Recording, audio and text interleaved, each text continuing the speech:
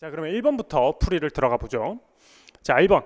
일단 요구사항을 먼저 볼게요. 마지막 줄에 있죠.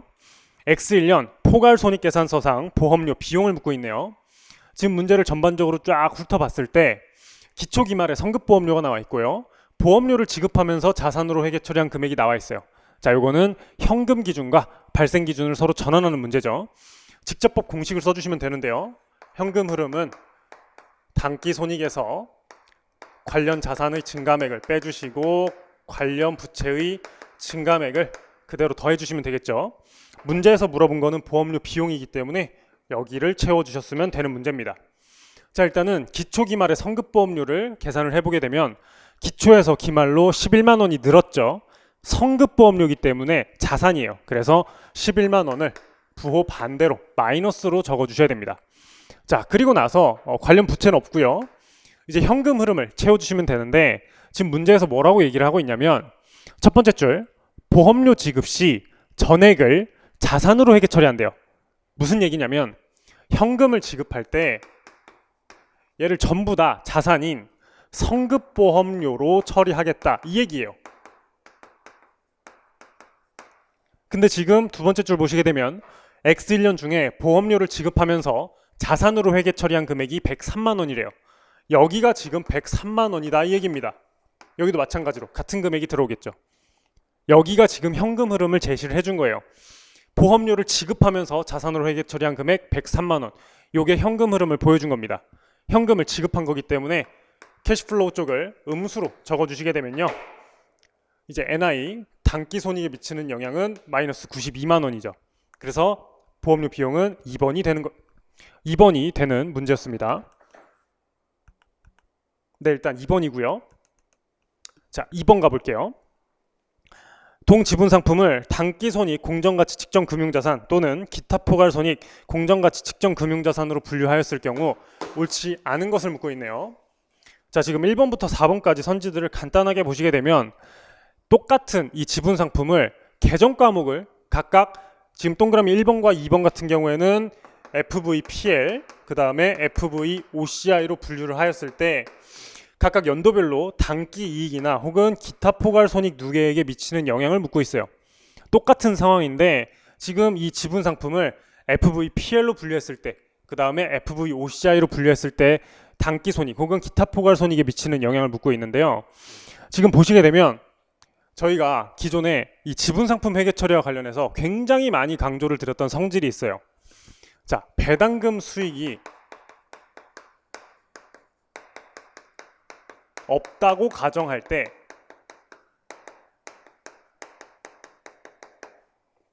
FVPL의 NI랑 FVOCI의 OCI는 일치한다. 요거를 굉장히 많이 강조를 드렸습니다. 자, 그래서 요 성질을 이용하게 되면 답을 두 개 중 하나로 좁힐 수가 있었는데요. 동그라미 1번과 동그라미 2번 같은 경우에는 금액이 50 증가로 일치하죠. 1번과 2번은 지금 같은 얘기를 하고 있어요. 둘 다 맞거나 혹은 둘 다 틀리기 때문에 1, 2번은 동시에 답이 될 수가 없었습니다. 근데 지금 3, 4번 같은 경우에는 보시게 되면 동그라미 3번은 20감소, 동그라미 4번은 30감소죠. 금액이 달라요. 무조건 금액이 같아야 되는데 3, 4번 같은 경우에는 지금 금액이 일치하지 않기 때문에 둘 중에 하나가 거짓말을 하고 있는 거다. 이렇게 볼 수가 있어요. 그래서 1, 2번 같은 경우에는 생략을 하시고 3, 4번에 X2년도에 손익에 미치는 영향만 분석을 해주셨으면 됩니다. 자, X2년도에 손익을 계산하면요. 지금 요 지분 상품을 취득을 해서 X1년 기말의 공정가치인 1100으로 평가를 하고 나서 X2년도에 1080원에 처분을 하고 있기 때문에 손익에 미치는 영향은 마이너스 20이에요. FVPL 같은 경우에는 20원 손실을 PL 단기 손익으로 인식을 했을 거고요. FVOCI 같은 경우에는 요 20원의 평가 손익을 OCI로 인식을 했겠죠. 그래서 지금 동그라미 3번이 맞는 말이고요. 동그라미 4번이 틀린 말이 되겠죠. 자, 3번의 요구사항을 맨 마지막 줄에 보시게 되면 주한국이 사채의 만기일까지 3년간 인식할 총 이자 비용을 묻고 있습니다. 총 이자 비용 같은 경우에는 저희가 수업 시간에 많이 강조를 했었죠. 총 이자 비용의 공식은 액면금액 더하기 액면이자 곱하기 만기 빼기 발행금액, 요 공식을 이용해 주시면 구할 수가 있는데, 문제에 제시된 숫자들을 그냥 이 공식에다가 대입만 해주시면 쉽게 풀 수 있는 문제였습니다. 일단 액면금액이 첫 번째 줄에 100만 원이라고 나와 있고요. 그 다음에 액면이자 같은 경우에는 액면금액 100만 원, 액면이자율 연 10%이기 때문에 액면이자 10만 원으로 계산이 되고요.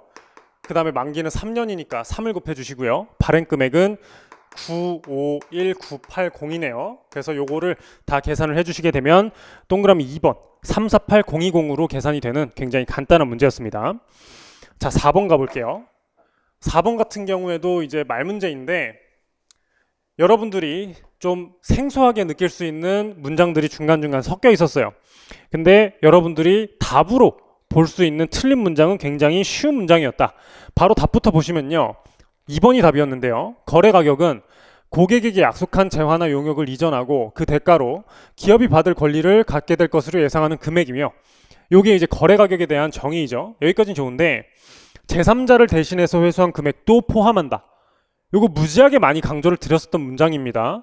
이거 지금까지 기출문제에서 가장 많이 나왔던 문장이고, 제가 수업 시간에도 많이 강조를 드렸던 문장이기 때문에 여러분들이 충분히 맞췄을 거라고 생각이 드는데요. 제3자를 대신해서 회수한 금액은 제외해야겠죠. 답은 2번이었습니다. 나머지 문장은 뭐 크게 중요하지 않기 때문에 생략하도록 하겠습니다. 자, 5번 가볼게요. 국가회계 기준에 관한 규칙상 중앙관서 또는 기금의 재정운영표에 대한 설명으로 옳지 않은 것은 아는 애 하나 X표를 쳐주시고요. 1번, 재정운영표는 회계 연도 동안 수행한 정책 또는 사업의 원가와 재정운영에 따른 원가의 회수 명세 등을 포함한 재정운영 결과를 나타내는 재무제표를 말한다. 지금 뭐 중간에 여기부터 여기까지가 재정운영 결과에 대한 수식어구죠. 그 가운데 있는 내용은 크게 보실 필요 없고요. 그냥 재정운영표는 재정운영 결과를 나타내는 재무제표를 말한다. 뭐 이런 식으로 보시면 돼요. 맞는 말입니다. 2번, 중앙관서 또는 기금의 재정운영표는 프로그램 순원가, 재정운영 순원가, 재정운영 결과도 구분하여 표시한다. 맞는 말이에요. 이제 여기에서 만약에 주어가 중앙관서 또는 기금이 아니라 국가의 재정운영표였다면 프로그램 순원가가 표시가 되지 않고 재정운영 순원가부터 시작을 해서 재정운영 결과까지 표시를 하는데, 지금 3단계인 국가에 대한 재정운영표가 아니라 2단계 중앙관서 또는 기금의 재정운영표이기 때문에 동그라미 2번 맞는 문장입니다. 3번 가볼게요. 프로그램 순원가는 프로그램을 수행하기 위하여 투입한 원가 합계에서 다른 프로그램으로부터 배부받은 원가를 빼고 다른 프로그램에 배부한 원가는 더하며 프로그램 수행 과정에서 발생한 수익 등을 빼서 표시한다. 자, 우리 프로그램 순원가 같은 경우에는 일반적으로 프로그램 총원가에서 프로그램 수익을 빼서 계산을 하죠. 지금 프로그램 순원가에 대한 설명인데, 지금 프로그램 수행 과정에서 발생한 수익 등을 빼서 표시한다. 프로그램 수익을 뺀다는 얘기예요. 얘는 좋은데 지금 요 앞에 있는 내용이 프로그램 총원가에 대한 설명이에요. 다시 한번 읽어볼게요. 프로그램을 수행하기 위하여 투입한 원가 합계, 일단 여기서부터 출발을 해서 다른 프로그램으로부터 배부받은 원가를 뺀대요. 다른 프로그램으로부터 배부받았으면 빼는 게 아니라 더해야겠죠. 더 읽어볼게요. 다른 프로그램에 배부한 원가, 지금 원가는 나로부터 발생을 했는데 다른 프로그램에다가 배부를 했대요. 그러면 이제 요 원가는 빼야겠죠. 더하는 게 아니라 빼야 돼요. 그래서 여기에 있는 빼고랑 더하며를 서로 바꿔주셔야 올바른 문장이 되는 문장이었습니다. 답은 3번이었고요. 4번 읽어보시게 되면 비배분 비용은 국가회계 실체에서 발생한 비용 중 프로그램에 대응되지 않는 비용이며 비배분 수익은 국가회계 실체에서 발생한 수익 중 프로그램에 대응되지 않는 수익이다. 뭐 맞는 설명입니다. 중요하지 않으니까 넘어갈게요. 6번 보도록 하겠습니다. 6번 같은 경우에는 고저전법 문제였고요. 난이도는 크게 어렵진 않은데 계산 과정이 조금 어려웠을 수가 있습니다. 자, 마지막 줄 보시게 되면 1분기 기계 가동 시간이 5,500시간으로 예상될 경우 제조간접원가 추정 금액은, 자 일단 보시게 되면 박스 밑에 고저전법을 이용하여 원가를 추정하며 제조간접원가의 원가동인이 기계 가동 시간이다 라고 나와 있기 때문에 이 기계 가동 시간을 이용해서 여러분들이 고저점법을 바탕으로 원가 함수를 추정해 주셨어야 돼요. 원가 함수. 원가 함수 같은 경우에는 y는 ax 더하기 b 이런 형태의 1차 함수로 추정이 되겠죠. 여기에서 a는 단위당 변동원가, 그 다음에 x 같은 경우에는 지금 기계 가동 시간이 될 거고요. b 같은 경우에는 고정 제조 간접원가가 됩니다. 그 다음에 y가 총 제조 간접원가가 되겠죠. 자, 일단 a부터 구해야 되는데요. a 같은 경우에는 기계 가동 시간을 기준으로 해서 기계 가동 시간이 가장 큰 점과 작은 점 두 점을 연결해서 기울기를 구할 거예요. 지금 기계 가동 시간이 이때가 제일 적고요. 이때가 제일 많죠. 그래서 이 두 점을 잇는 기울기를 구하게 되면요. 분모 같은 경우에는 6500 마이너스 4000이고요. 분자는 285000 빼기 225000이 되죠. 요거 계산하시면 2500분의 6만이 되는데요. 요거를 좀 쉽게 계산을 하시려면 지금 2500에다가 4를 곱하게 되면 만원이 돼요. 만원. 그리고 이 6만원은 만원이 6개 있는 거기 때문에 이게 4 곱하기 6이랑 일치합니다. 24가 되겠죠. 24. 그래서 A 자리에 24를 대입해 주시면 돼요. 자, 그 다음에 B를 추정을 해야 되는데 B를 추정하기 위해서는 6500 혹은 4000을 X에다가 대입을 하시고 25000이나 285000을 Y에 대입을 해서 B를 계산해 주시면 되겠죠. 저 같은 경우에는 6500을 X에 대입을 해보도록 하겠습니다. X에다가 6500, Y에다가 285000을 대입을 하게 되면 B가 129000으로 나와요. 129000. 자, 이렇게 해서 저희가 이 원가 함수를 추정을 했죠. 그럼 B 자리에다가 129000을 넣어 볼게요. 자, 이렇게 해서 원가 함수를 추정을 했는데 문제에서 물어본 거는 기계 가동 시간이 5500시간으로 예상될 경우에 제조 간접 원가예요. 그래서 이제 6500짜리에 5500을 대입을 해야 돼요. 5500.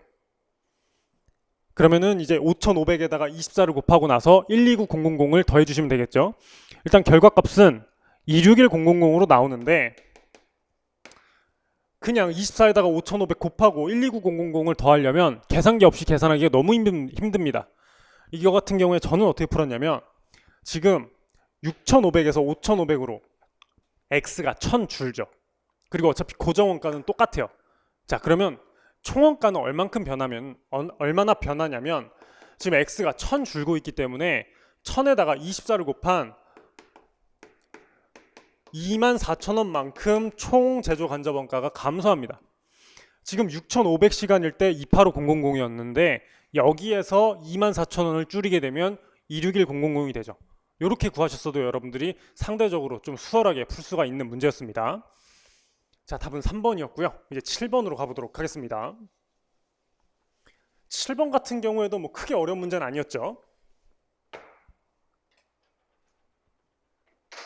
자, 7번 요구사항이 두 개인데요. 기말 재고자산과 매출 총이익을 바르게 연결한 것은 일단 기말 재고자산 먼저 구해볼게요.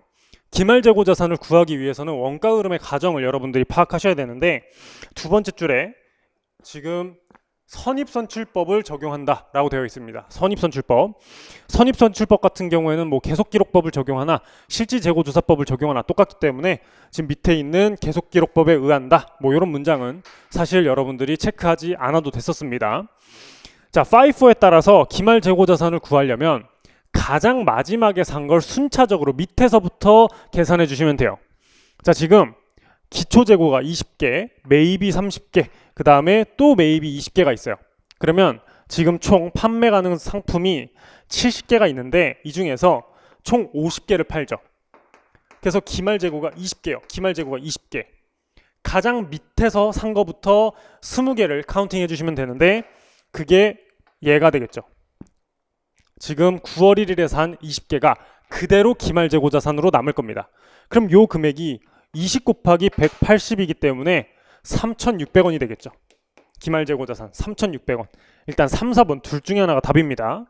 이제 매출총이익을 구해야 되는데 매출총이익은 매출액 빼기 매출원가죠. 자, 일단 매출액 먼저 구해볼게요. 지금 매출이 여기 두 곳에서 발생을 해요. 7월 1일에 25개 팔았고요. 11월 1일에 25개 또 팔았죠. 지금 얘 같은 경우에는 매출액이 7,500원이고요.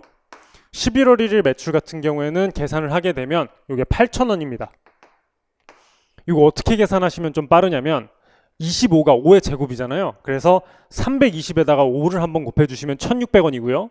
1,600원에다가 5를 한번 더 곱해주시면 8,000원으로 계산이 됩니다. 그래서 매출액이 요거 두 개를 더한 15,500원이 돼요.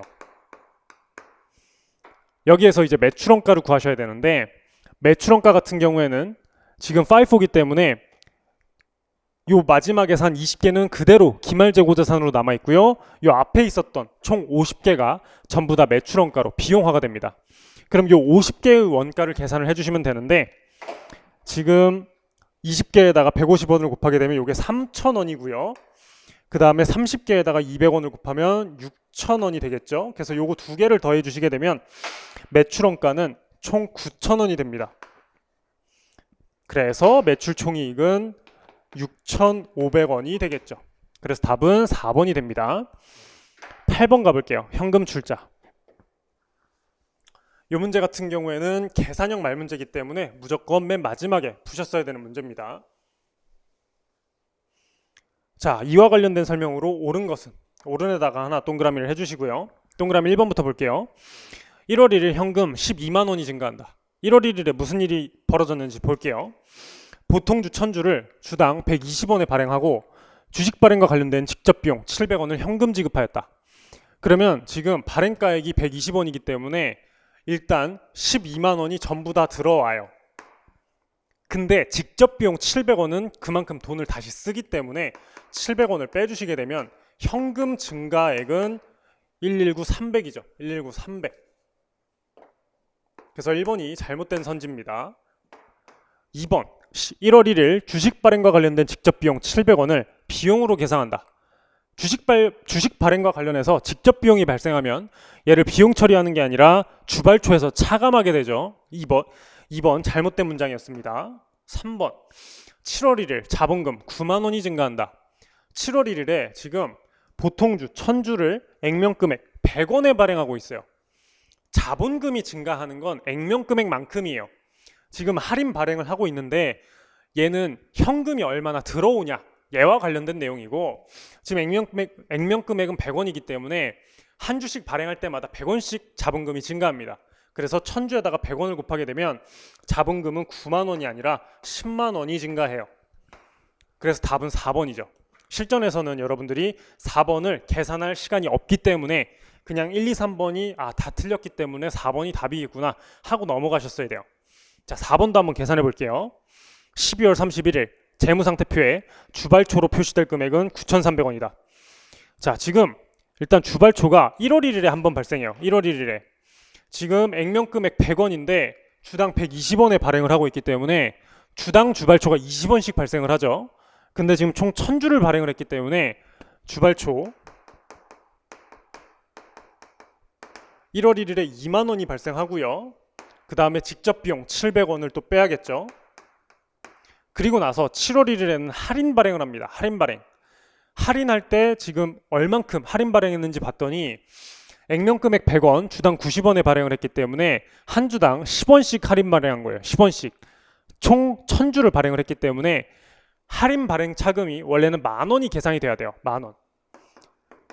주식 할인 발행 차금이 원래 10,000원이 계산돼야 되는데 지금 1월 1일에 주식 발행 초과금이 앞에 이만큼 있는 상황이기 때문에 이 10,000원을 주식 할인 발행 차금으로 계상을 하는 게 아니라 기존에 있었던 주발초랑 상계를 하게 되면서 얘를 빼주시게 되면 기말 주발초는 9,300이 돼요. 그리고 지금 이 문제 같은 경우에 박스 위에 X1년 1월 1일에 설립한 주한국에 라는 표현이 있죠. 기초에 자본이 없었어요. 기초에 자본이 없었기 때문에 기초에 주발초도 없는 상황이에요. 기초에 주발초가 0인 상태에서 1년 동안 주발초가 9,300원 늘기 때문에 지금 동그라미 4번 같은 경우에는 재무상태표에 표시될 주발초를 묻고 있거든요. 얘는 지금 잔액이에요. 잔액. 주발초 잔액을 묻고 있는 거고 얘는 변동분인데 어차피 기초에 설립을 해서 기초 주발초 잔액이 없는 상태입니다. 그래서 이 문제 같은 경우에는 변동분이랑 잔액이 일치하는 상황이에요. 그래서 동그라미 4번처럼 얘기를 해도 상관이 없습니다. 9번 가볼게요.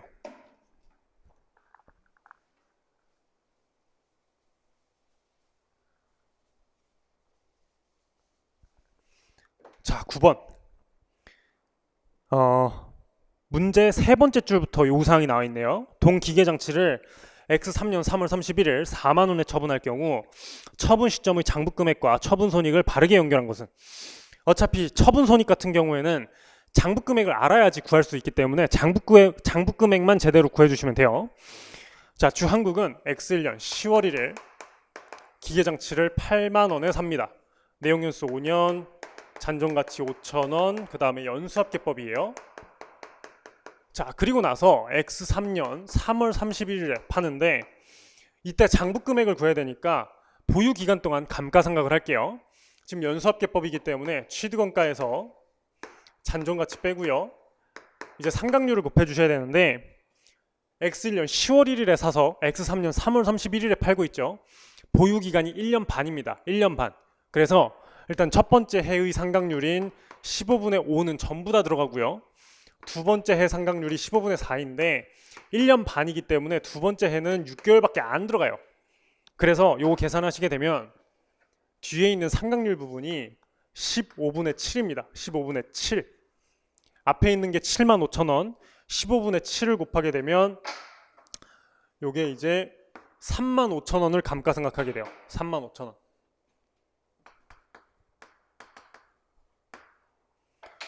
그러면 이제 8만 원에서 35,000원을 감가상각했기 때문에 남은 금액이 45,000원이 되고요. 일단 장부금액이 45,000원이죠. 그 다음에 처분손익은 45,000원짜리를 4만 원에 팔았기 때문에 5,000원의 처분 손실이 발생합니다. 45,000원짜리를 4만 원에 팔았기 때문에 뺀다고 표시하면 좀 그렇죠. 이렇게 표시를 할게요. 45,000원짜리를 4만 원에 팔았기 때문에 5,000원 손실을 봅니다. 그래서 답은 3번이 되는 거죠. 뭐 어려운 문제는 아니었습니다. 10번 가볼게요. 정부보조금 문제인데요. 얘도 뭐 감가상각 문제나 마찬가지였습니다. 지금 밑에서 세 번째 줄에 요구사항이 나와 있죠. 동기계장치를 X2년 말 70만 원에 처분한 경우 유형자산 처분손익은, 지금 유형자산 처분손익을 물어봤는데 원가차감법으로 회계 처리를 하고요. 그 다음에 지금 정액법으로 감가상각을 하고 있어요. 요럴 때는 간편법을 써도 되죠. 원가차감법을 쓰고 정액법이나 연수합계법을 적용한다면 간편법을 써도 돼요. 자, 그래서 어떻게 볼 거냐면 130만 원에 취득을 했는데 정부보조금 20만 원을 받았기 때문에 그냥 회사 입장에서 부담한 110만 원을 취득원가로 보는 거예요. 취득 시점은 X1년 초니까 X0년 말이 되겠죠. 그냥 이렇게 보는 거예요. 110만 원짜리 사가지고 내용연수는 4년, 잔존가치는 10만 원이고요. 정액법으로 감가상각한대요. 그리고 나서 X2년 말에 팔았죠. 그럼 여기서부터 그냥 2년 동안 상각한 다음에 처분손익 계산해 주시면 돼요. 9번 문제랑 비교해 봤을 때 문제풀이가 똑같습니다. 자, 그러면은 취득원가가 이제 110만 원이고요. 잔존가치는 10만 원. 그 다음에 정액법이기 때문에 4분의 1을 한꺼번에 곱하게 되면 이게 50만 원을 상각하게 된 거고요. 남아있는 금액이 60만 원이에요. 얘를 지금 70만 원에 처분을 한 거기 때문에 처분이익은 10만 원이죠. 처분이익 10만 원. 그래서 답은 1번이었습니다. 자, 11번 문제 가볼게요.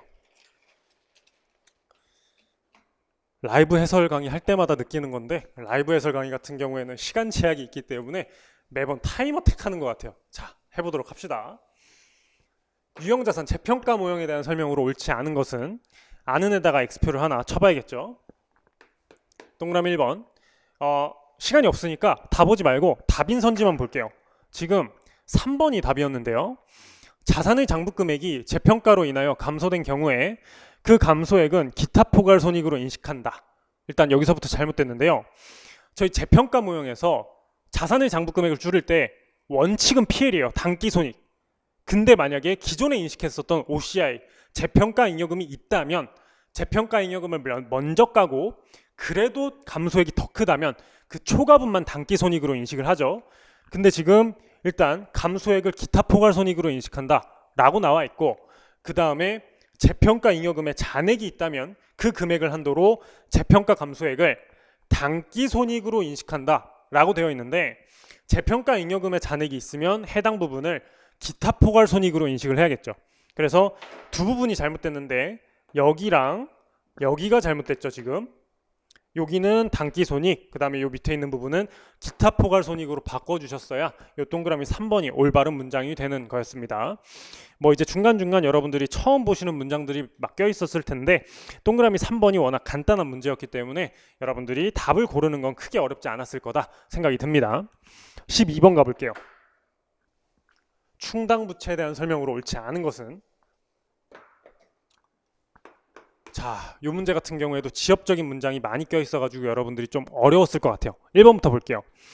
충당부채로 인식하는 금액은 현재 의무를 보고기간 말에 이행하기 위하여 필요한 지출에 대한 최선의 추정치이어야 한다. 이제 충당부채 같은 경우에는 확정된 금액들이 아니기 때문에 매년 말 추정을 합니다. 내가 미래에 얼마를 낼 것 같은지 추정을 해요.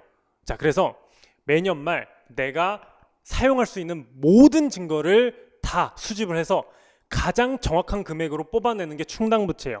자, 다시 한번 읽어볼게요. 충당부채로 인식하는 금액은 현재 의무를 보고기간 말에 이행하기 위하여 필요한 지출에 대한 최선의 추정치여야 된다. 내가 미래에 지금 현재 의무에 대해서 미래에 지출이 발생할 거예요.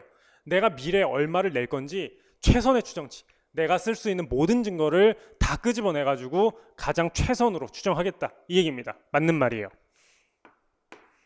자, 2번 미래의 예상 영업손실은 충당부채로 인식하지 아니한다. 이거는 굉장히 많이 강조를 드렸던 문장이죠. 미래의 예상 영업손실은 미래에 실제로 발생했을 때 그때 비용으로 인식을 해요. 충당부채로 미리 잡지 않습니다. 자, 그 다음에 3번이 답이었는데요. 3번 같은 경우에는 1번이랑 서로 배치가 되는 문장이었어요. 읽어볼게요. 현재 의무를 이행하기 위하여 필요한 지출 금액에 영향을 미치는 미래 사건이 일어날 것이라는 충분하고 객관적인 증거가 있는 경우에도 그 미래 사건을 고려하여 충당부채 금액을 추정하지 않는다. 동그라미 1번에서 우리 뭐라 그랬냐면 최선의 추정치로 충당부채를 인식한다 그랬어요. 가용할 수 있는 모든 증거를 다 써가지고 기말 충당부채 잔액을 최대한 정확하게 계상을 할 거예요.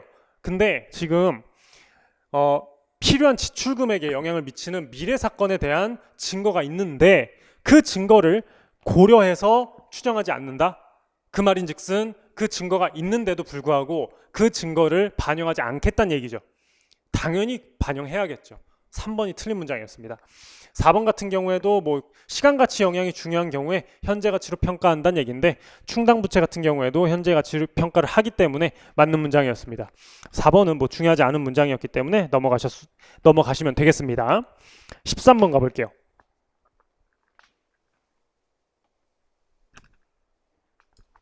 자, 요구사항이 누락된 기말수정분계가 X1년 단기순이익에 미치는 영향이에요. 기말수정분계가 단기순이익에 미치는 영향이기 때문에 오류사항 보시면서 단기순이익에 미치는 영향 분석해 주셨으면 되는 굉장히 간단한 문제였습니다. 첫 번째 동그라미부터 보죠. X1년 7월 1일 1년치 보험료 12만 원을 현금 지급하고 전액 성급보험료로 처리하였다. 1년치 보험료 12만 원을 현금 지급했는데 이 중에서 7월 1일부터 6개월은 올해 보험료고요. 나머지 6개월은 내년도 비용이죠. 근데 얘를 전부 다 성급보험료, 자산으로 처리를 했대요. 비용 처리를 하나도 안 했다는 얘기죠. 그럼 올해 6개월에 해당하는 지금 12만 원이니까 6만 원이 올해 비용이에요. 올해 비용을 인식하게 되면 단기순이익은 줄어들게 되겠죠. 두 번째, X1년 초 자산으로 계상된 소모품 20만 원 중에서 12월 말 현재 보유하고 있는 소모품은 10만 원이다. 소모품 회계 처리 같은 경우에는 소모품의 잔액만 여러분들이 비교를 해주시면 된다고 말씀을 드렸는데 소모품이 20만 원에서 10만 원으로 10만 원 줄었죠. 소모품이 줄어든 만큼 소모품 비용을 인식해요. 따라서 단기순이익은 10만 원 줄어들어요. 20만 원에서 10만 원으로 소모품을 10만 원 줄이면서 10만 원을 소모품 비용으로 인식을 합니다. 마지막 X1년 3월 1일 사무실 일부를 임대하고 1년치 임대료 24만 원을 현금으로 수령하면서 전액 수익으로 처리하였다. 3월 1일부터 임대를 했기 때문에 3월 1일부터 12월 31일까지 10달은 올해 수익이 맞고요. 나머지 2달, 지금 1년치 임대료이기 때문에 X2년 1월과 2월 임대료는 내년 수익이에요. 근데 이걸 전부 다 수익으로 처리를 했죠. 그래서 이 부분 수익에서 부인해야 됩니다. 2달치를 계산하게 되면 4만 원이죠. 4만 원. 4만 원의 수익을 부인해야 되기 때문에 이거 전부 다 계산을 하게 되면 20만 원 감소죠. 기말 수정 분계를 하게 되면 단기 순이익은 20만 원 감소합니다. 답은 4번이었어요. 14번 가볼게요. 14번 정상개별 원가 계산 문제였는데 뭐 그냥 기존에 우리가 풀었었던 유형대로 나왔기 때문에 문제 푸는 건 굉장히 간단했습니다. 자, 맨 처음에 예정 배부율을 먼저 구하고요. 그 다음에 예정 배부를 먼저 해야겠죠. 배부액. 그 다음에 마지막 배부 차이를 계산을 하죠. 문제 마지막 줄 보시게 되면 과소 또는 과대 배부액을 물어봤기 때문에 이 배부 차이를 계산해 주시면 되는 문제였습니다. 자, 일단 예정 배부율을 먼저 계산할 건데요. 지금 OH의 예산이 13만 원이고요. 그 다음에 예상 직접 노무 시간이 10,000시간이니까 10,000시간으로 나눠주시면 배부율은 13이에요. 그리고 나서 실제 직접 노무 시간이 9,000시간이기 때문에 예정 배부율 13원을 곱해주시게 되면 11만 7천 원을 배부하게 돼요. 근데 이게 지금 실제 발생액인 12만 원과 비교를 했을 때 3,000원 과소 배부를 하게 된 거죠. 그래서 답은 1번이었습니다. 이 문제 같은 경우에는 여러분들이 간단하고 빠르게 풀어주셨어야 되는 문제입니다. 15번 가볼게요. 자, 15번. 얘도 똑같아요. 두 번째 줄부터 보시게 되면 다음 거래를 추가로 반영할 경우 포괄손익계산서상 단기순이익은, 지금 문제에 제시된 이 거래들을 반영했을 때 포괄손익계산서상 단기순이익이 얼마냐.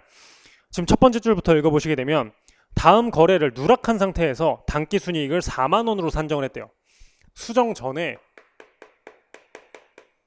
NI가 4만 원이었는데 지금 요 사항들을 반영해서 올바른 단기순이익을 구해봐라 이겁니다.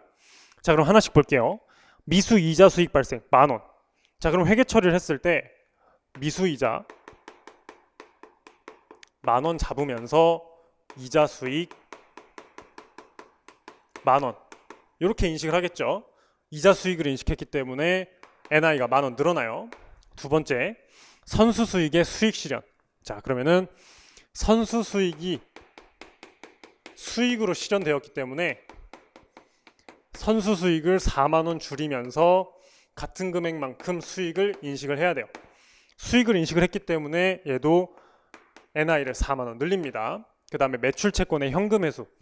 그러면 현금이 지금 2만 원 들어왔는데 매출 채권 때문에 들어왔다 이겁니다. 그 다음 것까지 같이 볼게요. 매입 채무의 현금 상환. 그러면 매입 채무가 감소하면서 현금이 지급되겠죠. 이제 과거에 여러분들한테 설명을 드릴 때 이 두 가지 내용이 왜 단기 순이익에 미치는 영향이 없냐 요걸 많이 물어보셨는데, 지금 요 회계 처리를 보셨을 때 현금 채권, 자산과 부채가 와 있고요. 그 다음에 매입 채무와 현금, 부채와 자산이 와 있어요. 수익과 비용을 전혀 건드리지 않았어요. 그래서 이 두 가지 항목 같은 경우에는 단기 순이익에 미치는 영향이 없습니다. 요거 여러분들이 헷갈리시면 안 됐어요. 그 다음에 미지급 이자 비용의 발생. 그러면은 이자 비용 인식하면서 3,000원이죠. 미지급 이자 잡으면 되겠죠. 그러면은 이제 단기 순이익이 3,000원 감소하는 그런 상황이었습니다. 자, 그러면은 요거 다 계산을 했을 때 수정 후 NI는 87,000원이 되겠죠. 저 같은 경우 이제 여러분들한테 설명을 드리느라고 회계 처리를 같이 보여드렸는데 실전에서는 이 회계 처리를 여러분들이 할 시간이 없었을 겁니다. 그냥 제가 지금 왼쪽에 써놓은 요 정도 표만 딱 그려놓고 답을 구하셨으면 되는 그런 간단한 문제였습니다. 회계 원리 수준만 여러분들이 이해를 하신다면 충분히 풀 수 있는 문제였습니다. 16번 문제 가볼게요. 자, 박스 밑에 요구사항이 나와 있는데 X1년 지자체 A의 재정운영표상 재정운영 순원가와 재정운영 결과를 바르게 연결한 것은, 자, 재정운영 순원가랑 재정운영 결과를 묻고 있기 때문에 재정운영표 양식을 먼저 써볼게요. 지금 지자체입니다. 지자체이기 때문에 일단 사업 총원가에서부터 시작을 하고요. 사업 수익을 차감해서 사업 순원가를 계산하고요. 그 다음에 관비비가 오죠. 관리 운영비랑 비배분 비용, 그 다음에 비배분 수익을 차감해서 문제에서 묻고 있는 재정운영 순원가가 나옵니다. 그리고 이제 국가회계 같은 경우에는 여기에 비교한 수익을 차감하겠지만 이제 비교한 수익에 대응이 되는 수익을 차감해요. 과거에는 이제 일반 수익이라고 불렀었던 수익입니다. 그리고 마지막에 재정운영 결과가 나오죠. 문제에서 얘랑 얘 두 개를 물어본 겁니다. 여러분들은 이제 문제에 제시된 숫자들만 쭈르륵 채워주셨으면 답을 쉽게 구할 수 있었습니다. 첫 번째 동그라미, 지금 사업 총원가가 50만 원이고요. 그 다음에 사용료 수익이 20만 원이다 라고 되어 있죠. 지금 사업과 관련돼서 언급을 하고 있기 때문에 얘는 사업 수익이 돼요. 20만 원. 그러면 사업 순원가는 30만 원이 되겠죠. 그리고 나서 관리 운영비 10만 원. 그리고 나서 사업과 관련이 없는 자산 처분 이익과 이자 비용이 나와 있는데 비배분 비용과 비배분 수익이에요. 제가 비배분 비용, 비배분 수익 어떻게 설명을 드렸냐면 재무회계에서 영업의 손익과 똑같다라고 말씀을 드렸어요.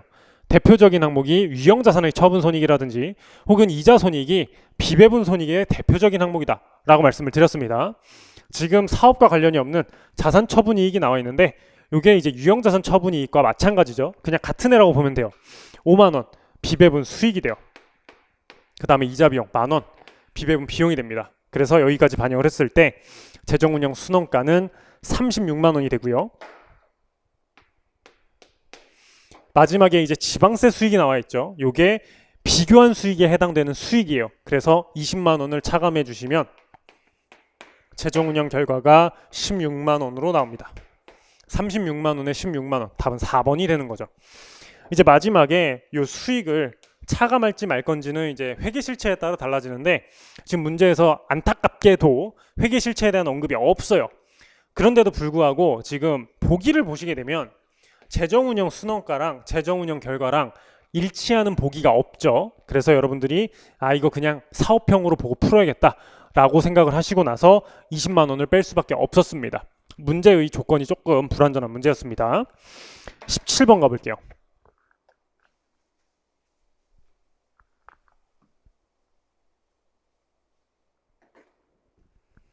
17번 지금 마지막 줄 보시게 되면 선입선출법에 의한 완성품 원가를 묻고 있습니다. 종합원가 문제예요. 그러면은 일단 종합원가 풀이법을 먼저 대입을 해보자고요. 종합원가 T계정 먼저 그리고요. 그 다음에 원가 흐름의 가정을 파악을 해야겠죠. 지금 아까 우리 읽었던 문장에서 선입선출법이라고 얘기를 하고 있기 때문에 FIFO 이렇게 써주세요. 자, 그 다음에 기초, 착수, 완성, 기말, 물량을 적어주셔야 되는데 기초가 1000개, 단기 착수량 4000개, 그리고 단기 완성품 3000개로 주고 치사하게 기말 제공품 수량을 안 줬어요. 그러면 여러분들이 요 대차가 일치하게끔 기말 제공품 수량을 채워주셨으면 되는데 2000개가 되겠죠. 그리고 FIFO이기 때문에 완성품 수량을 기초 제공품 1000개랑 나머지 2000개로 나눠주셔야 됩니다. 이제 완성도를 표시해 볼게요. 지금 직접 재료는 공정 초기에 전량 투입되며 가공원가는 공정 전반에 걸쳐 균등하게 발생하고 있어요. 우리가 기존에 굉장히 많이 봤었던 원가 투입 방식이죠. 지금 기초 제공품의 가공원가 완성도가 50%니까 재료원가는 1, 가공원가는 0.5가 되고요. 얘 때문에 얘는 0에 0.5가 되고요. 얘는 무조건 1, 1이고요. 그 다음에 기말 제공품의 가공원가 완성도가 50%이기 때문에 얘도 1과 0.5가 돼요. 이제 재료원가랑 가공원가의 완환량을 구해볼게요. 완성품 환산량 그냥 쭈르륵 곱하면 되겠죠. 0에 500, 2000에 2000, 2000에 1000 다 더하면 재료원가 4000개, 가공원가 3500개. 이제 완성품 환산량 단위당 원가를 구해야 되는데 FIFO이기 때문에 기초 제공품 원가는 포함하시면 안 됩니다. 단기 투입 원가만 여기에 나와 있는 완성품 환산량으로 나눠주셔야 돼요. 재료 원가 같은 경우에는 2만원 나누기 4니까 단위당 5원, 가공 원가는 21,000원 나누기 3,500이니까 단위당 6원으로 계산이 되겠네요. 그리고 나서 이제 완성품 원가를 구하려면 5원에다가 2,000개를 곱하고요. 6원에다가 2,500개를 곱한 다음에 기초 제공품 원가인 18,000원을 따로 더해 주셔야 돼요. 식을 한번 써볼게요. 5 곱하기 2,000 더하기 6 곱하기 2,500 더하기 기초 제공품의 원가가 총 18,000원이에요. 총 18,000원이기 때문에 얘를 따로 더해 주시면 요게 이제 43,000원으로 계산이 되는 그런 문제였습니다. 답은 4번이었어요. 18번 가볼게요. 18번에서 이제 틀린 문장만 간단하게 보고 넘어갈게요. 재무보고를 위한 개념체계에서 측정에 대한 설명으로 옳지 않은 것을 물어본 문제였고요. 답은 3번이었습니다. 지금 공정가치에 대한 얘기를 하고 있죠. 공정가치. 이 개념체계에서 측정 기준이 총 4가지가 있고요. 이 4가지는 무슨 원가로 끝나는 애들이랑 무슨 가치로 끝나는 애들, 이렇게 다시 둘둘 나뉩니다. 자, 그런데 원가로 끝나는 애들은 전부 다 이 거래 원가가 그 정의에 포함이 되어 있어요. 보시게 되면 이 동그라미 4번 같은 경우에는 현행 원가인데 지금 거래 원가에 대한 얘기가 있죠. 마지막 줄에 그날에 발생할 거래 원가를 포함한다. 자, 그 다음에 동그라미 1번 역사적 원가인데 역사적 원가에도 거래 원가를 포함한다. 이런 식으로 거래 원가에 대한 얘기가 있어요. 근데 동그라미 3번은 공정 가치죠. 무슨 가치란 말이에요. 그래서 얘네들은 거래 원가의 영향을 받질 않아요. 근데 뭐라고 얘기를 하고 있냐면 부채를 발생시키거나 인수할 때 발생한 거래 원가로 인해 감소한다. 그리고 부채의 이전 또는 결제에서 발생할 거래 원가를 반영한다. 공정 가치, 무슨 가치로 끝나는 애들은 전부 다 이 거래 원가와 무관해요. 공정 가치의 정의를 올바르게 한번 고쳐볼게요. 측정일에 시장 참여자 사이에 정상 거래에서 자산을 매도할 때 받거나 부채를 이전할 때 지급하게 될 가격이에요. 이게 공정 가치의 정의입니다. 지금 이 정의를 봤을 때 거래 원가에 대한 언급이 전혀 없죠. 그래서 지금 동그라미 3번은 거래 원가에 영향을 받는다, 이런 식으로 얘기를 하고 있기 때문에 틀린 문장이 되는 겁니다. 19번 가볼게요. 자산별 회계 처리에 대한 설명으로 옳지 않은 것은, 얘도 답만 보고 넘어갈 건데요. 2번이 답이었습니다. 부동산 보유자가 부동산 사용자에게 부수적인 용역을 제공하는 경우가 있다. 예, 맞아요. 전체 계약에서 그러한 용역의 비중이 경미하다 하면, 경미한 건 이제 대표적인 사례가 뭐 보안 서비스라든지 혹은 뭐 청소 용역 이런 것들이에요. 이 경우 부동산 보유자는 당해 부동산을 자가 사용 부동산으로 분류한다. 잘못됐죠. 자가 사용 부동산이 아니라 이때는 투자 부동산으로 분류를 해야 됩니다. 이거 조금만 더 자세하게 설명을 드려보면, 만약에 부동산 보유자가 부동산 사용자에게 부수적인 용역을 제공하는 경우 이 용역이 지금처럼 경미할 수도 있고요. 혹은 유의적일 수도 있어요. 경미할 때는 투자 부동산으로 처리를 하고 유의적일 경우에 자가 사용 부동산으로 처리를 하죠. 이게 일반적인 유형 자산을 얘기를 합니다. 대표적인 게 호텔을 제가 많이 사례로 들어드렸었죠. 호텔 같은 경우에는 그 고객들한테 제공하는 서비스가 굉장히 유의적이기 때문에 이 호텔, 그 건물을 자가사용 부동산 또는 유형자산으로 처리를 하고 경미한 경우에 투자 부동산으로 처리를 한다, 이렇게 말씀을 드렸습니다. 자, 그런데 요 동그라미 2번 문제 같은 경우에는 경미한데 자가사용 부동산으로 분류한다, 이렇게 지금 잘못 매칭을 시켰기 때문에 동그라미 2번 잘못된 설명이었습니다. 20번 문제 가볼게요. 열심히 달려왔네요. 자, 한 문제만 더 풀면 끝납니다. 자, 지금 결합원가 문제인데 분리점에서의 판매가치법을 가정하고 줬어요. 분리점에서의 판매가치법, 여러분들이 아마 처음 보는 결합원가 배부 방법이었을 겁니다. 자, 얘는 그냥 말 그대로 분리점에서의 판매가치에 따라서 결합원가를 배부하는 방법이에요. 지금 첫 번째 줄 보시게 되면 화학재료 4,000kg를 투입해서 정제 공정을 거쳐 3대2의 비율로 연산품 A와 B를 생산하며 분리점 이전에 발생한 결합원가는 다음과 같다라고 나와 있는데요. 지금 분리점 이전에 결합원가가 총 50만 원 발생하게 됩니다. 정제 공정에서 총 50만 원이 발생을 했는데 그 결과 연산품 A랑 B가 각각 3대2의 비율로 생산이 돼요. 만약에 수량으로 따져보게 되면 지금 이게 총 4,000kg였기 때문에 A에 1,200kg 아니죠? 2,400kg랑 여기에 1,600kg가 배부가 돼요. 이렇게 3대2의 비율이니까. 자, 근데 얘네를 아마 이 상태 그대로 팔진 않을 겁니다. 실제로는.